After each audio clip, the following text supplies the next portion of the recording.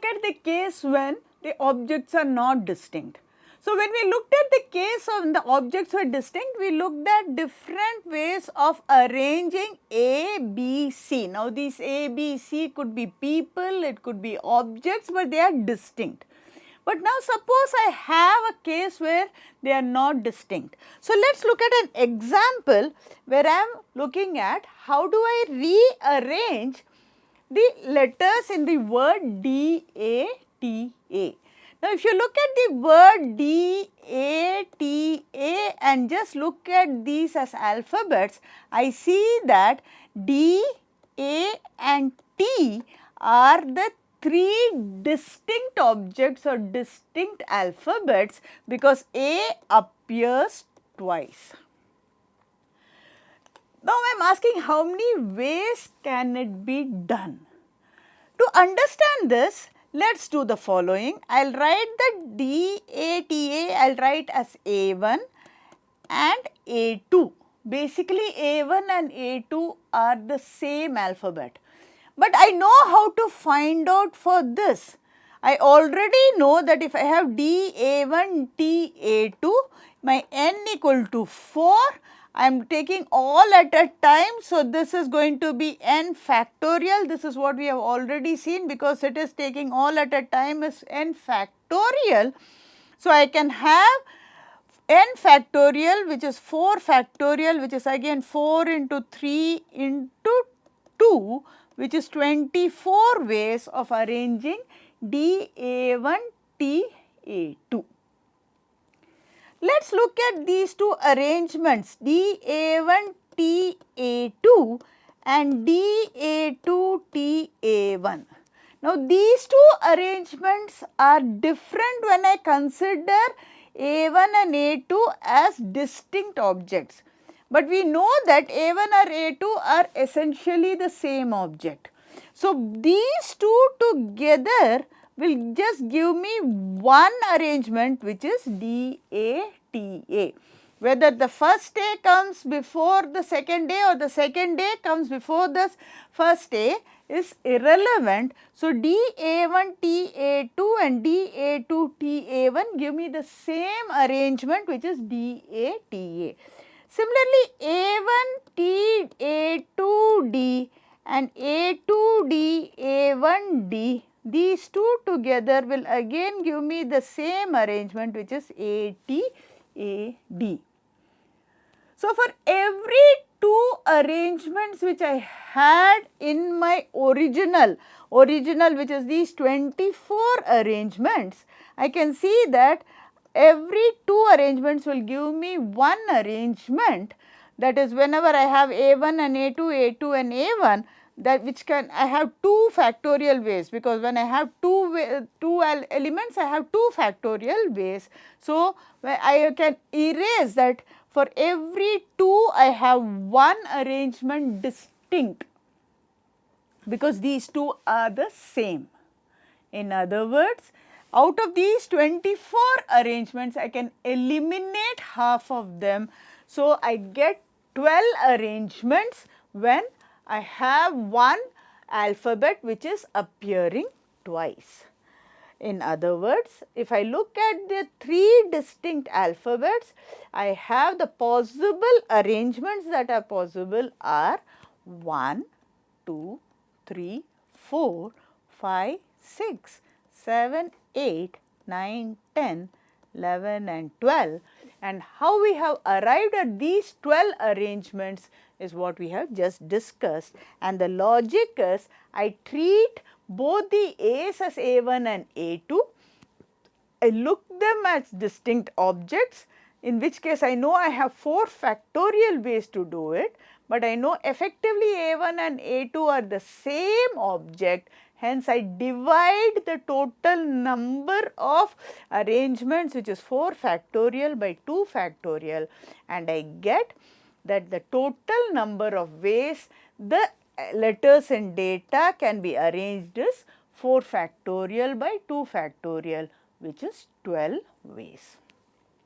I can generalize this formula to say that the number of permutations of n objects when p of them are of one kind. So, in data my n was 4. So, I can generalize this into what I refer to as the permutation formula. The number of permutations of n objects when p of them are of one kind and rest distinct. So, what are the p of them here? N equal to 4 because I have 4 objects, but I have p of them, I have 2 of them A which are of one kind and other are distinct, equal to 4 factorial by 2 factorial, and I get the answer to be 12. Now, let us extend this idea. Let us look at the same idea and say that now suppose I want to rearrange the letters in the word statistics. How many ways can it be done? Now, if you look at this statistics, I look at now the distinct alphabets in this word statistics. Now, if you look at the distinct alphabets, I have a S, I have a T, I have a, I have an I, and I have a C. The total number of alphabets in this word is 1, 2, 3, 4, 5, 6, 7, 8, 9, 10. Now, of n equal to 10, I have 3 S's, I have 3 T's, I have a 1A, I have a 2I, and I have a 1C. Okay. So, this adds up to 10. In other words, of this n equal to 10 alphabets, I have say 3. I have 3 S's. So, I have P1 of one kind, the first kind, which is S. So, P1 equal to 3 of the first kind, P2 equal to 3 of second kind. What is my first kind? My first kind is S, my second kind is T, I have P3 equal to 1 of third kind, my third kind is a 1, P4 equal to 2 of fourth kind, which is an I, this is A, this is I, and P5 equal to 1 of fifth kind, which is C. So, how many possible arrangements can be done in this case? The formula that governs this kind of a thing, which is just an extension of what we have seen before, is that the number of permutations when of n objects, when P1 is of one kind, P2 of second kind, and Pk of third kind, kth kind is n factorial by P1 factorial, P2 factorial, and Pk factorial.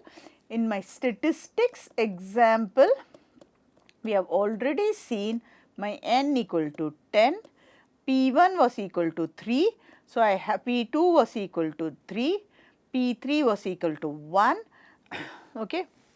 Then I had a 2, P5 was equal to 1.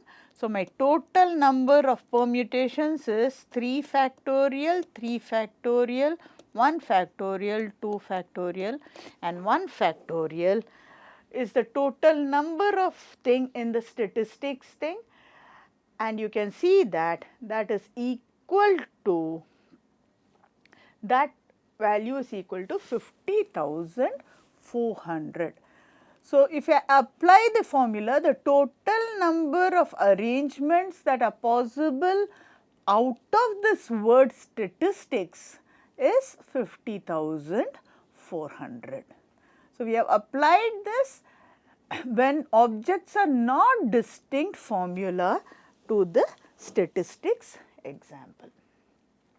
So, what we have learned so far is, when I am looking at linear ordering, that is, by linear ordering I am arranging objects or things or people in a row, then the number of permutations of n objects when p of them are of one kind and the rest distinct is equal to n factorial by p factorial.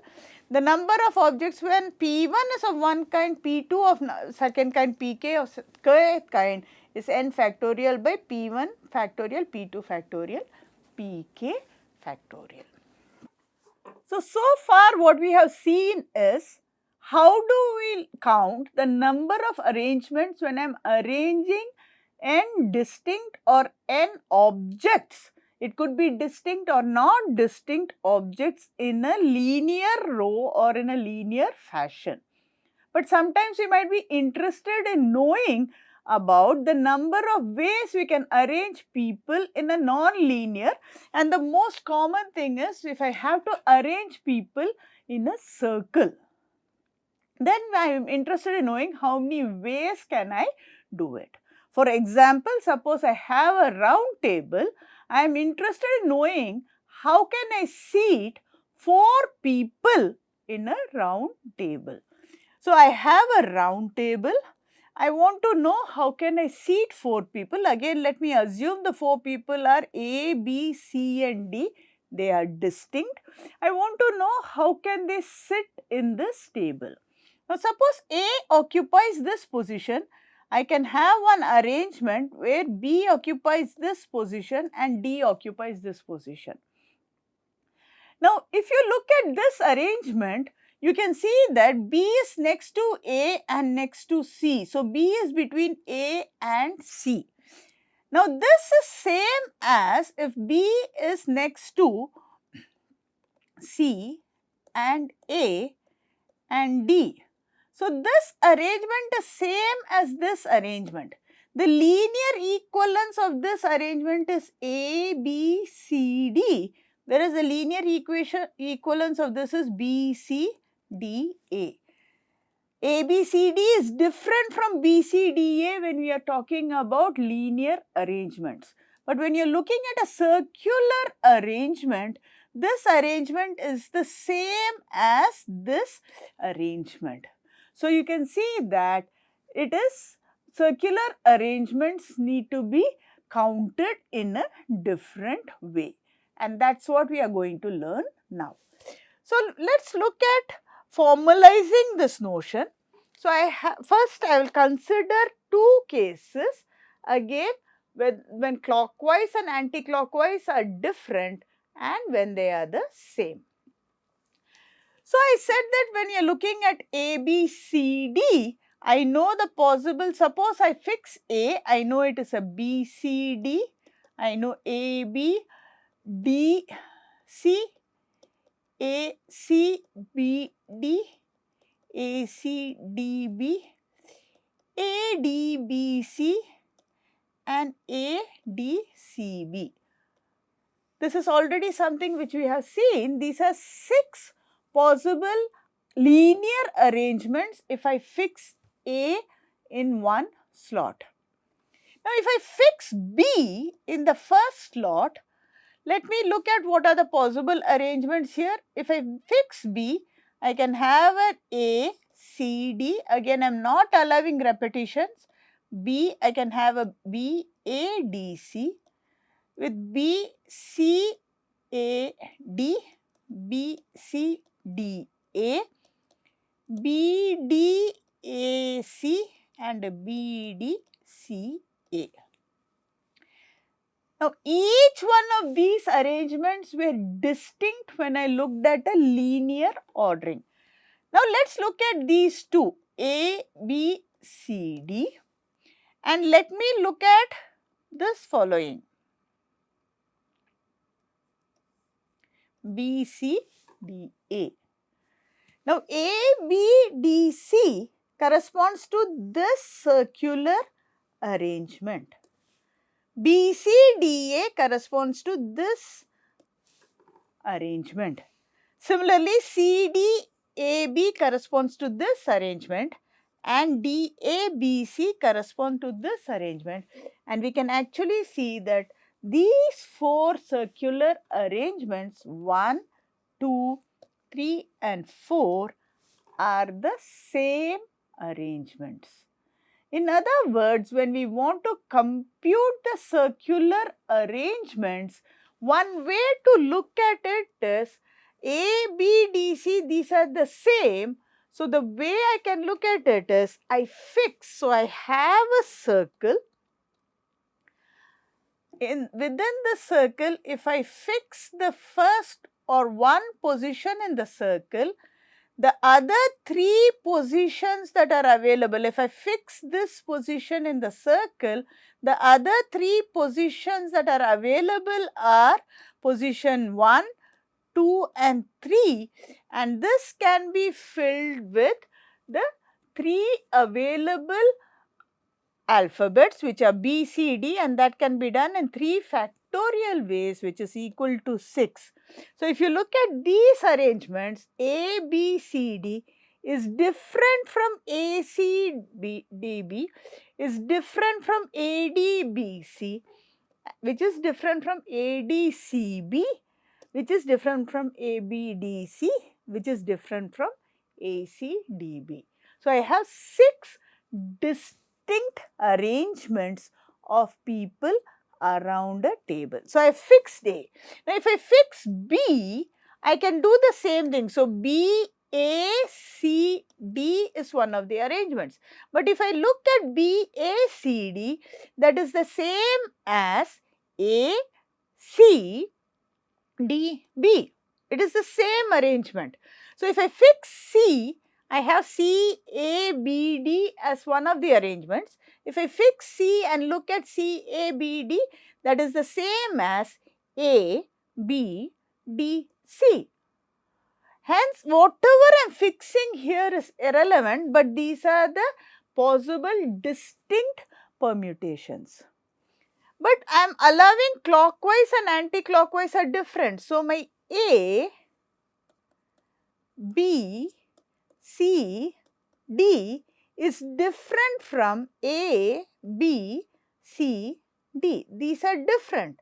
So, I have a B, D, C which is not same as A, B, D, C, the clockwise. So, the mirror images are different. If you look at it, this is a mirror image of this and this is a mirror image of this. So, they are different. So, the number of possible circular permutations of n objects, okay, if the clockwise and anti-clockwise are different is n minus 1 factorial, and the rationale behind this is I fix one of the objects, the other n minus 1 objects can be arranged among themselves in n minus 1 ways, and this is the same for any of these objects. So, there are n minus 1 factorial ways of arranging my circular permutations. Now, this is when clockwise and anti-clockwise are different. Now, if they are the same, these two are the same because the clockwise and anti-clockwise are the same.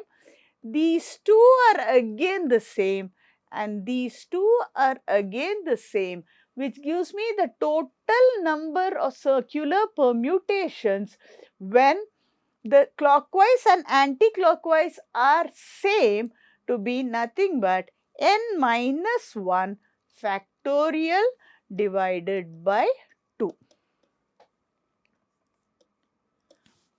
So, this is how we compute the number of permutations when the order or when the objects are arranged in a circular fashion.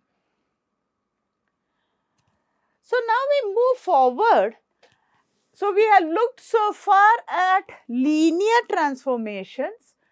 When linear transformations, I mean, so we have looked so far at linear permutations. By linear permutations, I mean that I am arranging n objects in a row. I am also looking at choosing r objects from these n objects and arranging them in a linear fashion or in a row. First, we looked at what would happen when the objects were distinct, where repetitions were allowed, repetitions are not allowed. We also looked when the objects were not distinct, and then we looked at when I am placing the n objects, distinct objects in a circle. Here, whether clockwise and anti-clockwise are same or different is what we consider. Very often, we would want to actually do some simplifications using the expressions we have gathered so far or we have described so far. Very often we would be looking at using the expressions that we have described so far. What are the expressions? We looked at NPR. NPR was n factorial by n minus r factorial. So, when we are simplifying our notation, we might have to solve for the n or r. Let us look at a few examples where we can apply the formula to obtain n or r given either of them. That is, obtain n when we are given a expression concerning r, or obtain r when we are given an expression concerning n. Let us look at a few examples. For example, the first example we look at it, I want to find the value of n if NP4 is equal to 20 times NP2. Now, the left hand side I have NP4 is n factorial by n minus 4 factorial. This is from my definition. My right hand side I have 20 times n factorial by n minus 2 factorial, and what is given to me is these two are equal and I have to solve for n. Now, if you are cross multiplying it, I can see that I can cancel off n factorial here, and this leaves me with n minus 2 factorial equals to 20 into n minus 4 factorial. Now, again applying what we learned from factorial, I know n minus 2 factorial is n minus 2 into n minus 3 into n minus 4 factorial. Again, this comes from a discussion from factorials. This is equal to 20 into n minus 4 factorial. I can again cancel out these two, n minus 4 factorial, and now I have what I remain is I have n minus 2 into n minus 3 is equal to 20. Now, this is what I have, and I can quickly see that this is, I can simplify this to get a quadratic, which is n square minus 5n minus 14, which is equal to 0. Okay. Now, if I solve this quadratic equation, I can, so I have the following thing. If I solve this quadratic equation, I get that n, so I have n square minus 5n minus 14 equal to 0. So, sorry, n square, which I can write as n minus n plus 2 and n minus 7 equal to 0 factoring, which gives me a n equal to minus 2 or n equal to 7, and taking a negative value has to be cancelled out, which leaves me with only the choice of n equal to 7. So, the solution to this problem is n equals to 7, because I am eliminating n equal to minus 2. Now, let us look at another example. I have n minus np4 by n minus 1 p4 equal to 5 by 3. Again, I solve for n. Now, again my left hand side, np4, the numerator is n factorial by n minus 4 factorial. The denominator is n minus 1 factorial by n minus 5 factorial. I can simplify this to write it as n factorial by n minus 4 factorial into n minus 5 factorial by n minus 1 factorial. Now, I know n factorial is n into n minus 1 factorial. This is what we know. Similarly, n minus 5 factorial n minus 4 factorial is n minus 4 into n minus 5 factorial. I retain n minus 1 factorial. Again, I can cancel out n minus 1 factorial and n minus 4 factorial, and this leaves me with the following. This leaves me with, in the numerator n, the denominator n minus 4 equal to 5 by 3. Cross multiplying, I get 3n equal to 5n minus 20, which further simplifies to 2n equal to 20, and I can solve for n equal to 10. So, you can see that I have just solved from the first principles that n equal to 10 by expanding or applying whatever is the formula we have derived. Now, this kind of simplifying expressions would be very useful again when we get into probability and counting when we are doing the probability module. So, in the earlier case, we solved for n given a particular expression. The next thing which we were interested in doing is how do we solve for r. So, in the earlier case, I was solving for n was my unknown. Now, for example, I am given 5 p r equal to 2 times 6 p r minus 1. Now, let us look at the left hand side. It is 5 p r. Again, applying the formula, 5 p r is 5 factorial by 5 minus r factorial. This is what I have if I apply the formula. Let us look at the right hand side. In the right hand side, I have 6 p r minus 1. Again, this is 6 factorial by 6 minus r minus 1 factorial. I look at the denominator, I can further simplify this denominator as 6 minus r plus 1 factorial. So, I have this as 6 factorial by 7 minus r factorial. So, what is given to us is I have 5 factorial by 5 minus r factorial is equal to 6 factorial by 7 minus r factorial 2 times this. That is what is given to us. Further notice that 7 minus r factorial can be re-expressed as 7 minus r into 7 minus 1 minus r into 7 minus 2 minus r factorial. Okay, this is what we have already seen, which is 7 minus r into 6 minus r into 5 minus r factorial. So, I can re-express 7 minus r factorial in this way. Now, once we do that, this expression which I have labeled as 1 can be re-expressed as 1 can be re-expressed as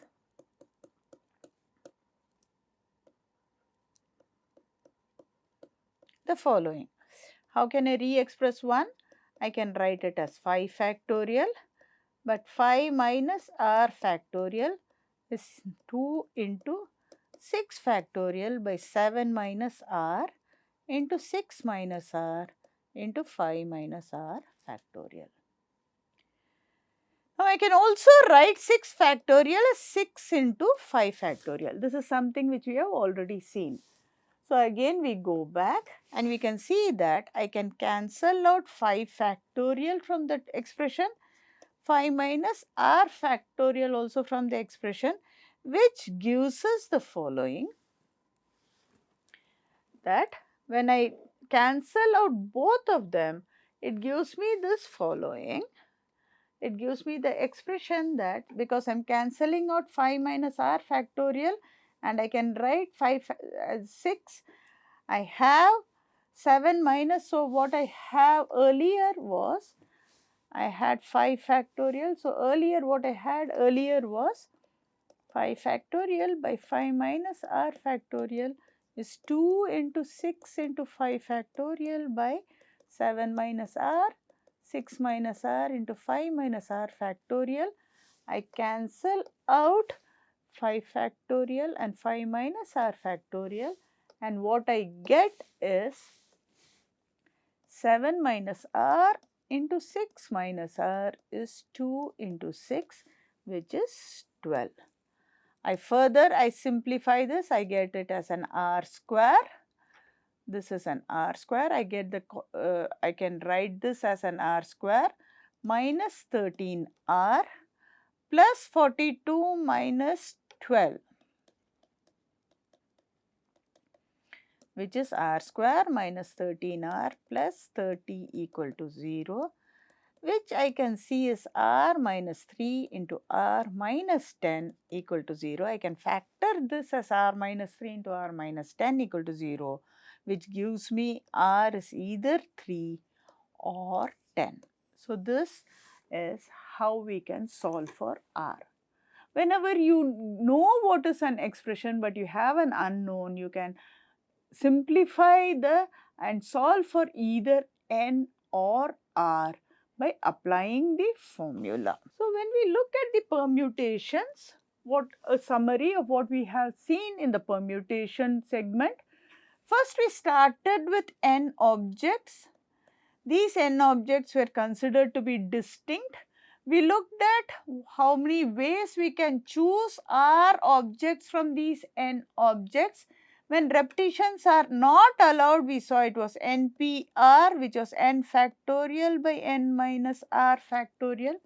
When repetitions are allowed, we saw it was n to the power of r. When objects are not distinct, that is, I had P1 of one kind, P2 of another kind, and Pk of a kth kind, it was n factorial by P1 factorial, P2 factorial, Pk factorial. Now, when we looked at circular permutation, when anticlockwise and clockwise were different, we saw there are n minus 1 factorial ways to arrange these objects. When clockwise and anticlockwise were the same, it was n minus 1 factorial by 2. And finally, we saw how we can solve for r and n using the permutation formula when we are given an expression and we are asked to solve for r and n. So, in permutation, we actually looked at how do you arrange n objects or r objects out of n objects. Arrangement, order was important. A, B was different from B, A. But many a time we might be just interested in how can we choose 2 objects out of 3 objects, or how can we choose 3 people from a group of 10 people. In situations like this, the order is not important. AB is same as BA. For example, I have 3 people and I just have to choose 2 people from 3 people. The order is insignificant. Hence, we are going to look at what is called combinations. The number of ways you can choose 2 people, or you can select 2 people, or you can select r people in general from n people, gives us to what we refer to as combinations. That would be the next topic we are going to discuss.